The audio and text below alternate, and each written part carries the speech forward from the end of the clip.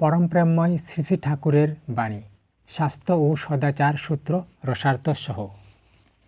জীবনের শত উচ্চারণী নিরোধ ও নিয়ন্ত্রণ ক্ষমতা যতই কমে আসতে থাকে, আনন্দকে অবসন্ন করে অবসাদও এগিয়ে আসতে থাকে ততই।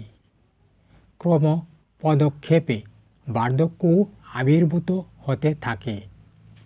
জীবনদীপও নিবু নিবু হয়ে চলে। যেমন করেই পারো সুকেন্দ্রিকতার সহিত আনন্দ উচ্চারণাকে বৃদ্ধিপর করে রেখো। বিশেষ ব্যতিক্রম ছাড়া আয়ু ক্রমই অবসন্ন হতে থাকবে।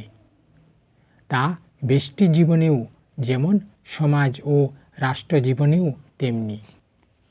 তাৎপর্য: মানুষের স্বাভাবিক রোগ প্রতিরোধক শক্তি ও আত্মনিয়ন্ত্রণের ক্ষমতা যতই কমতে থাকে, জীবনও ততই অবসাদে নিস্তেজ ও সংকুচিত হয়ে পড়ে।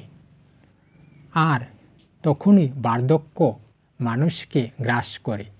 তাই কোনো অবস্থাতেই ইষ্টকেন্দ্রিক বিস্তারের পথে আনন্দময় হয়ে চলার আবেগকে থামতে দিতে নেই। আর এইভাবে চললে, বিশেষ কোনো নিয়মবিধিকে লঙ্ঘন না করলে আয়ু ক্ষয়ের সম্ভাবনা থাকে না, এবং তা ব্যক্তির জীবনে যেমন, সমাজ জীবনেও তেমনি। বন্দে পুরুষোত্তমম।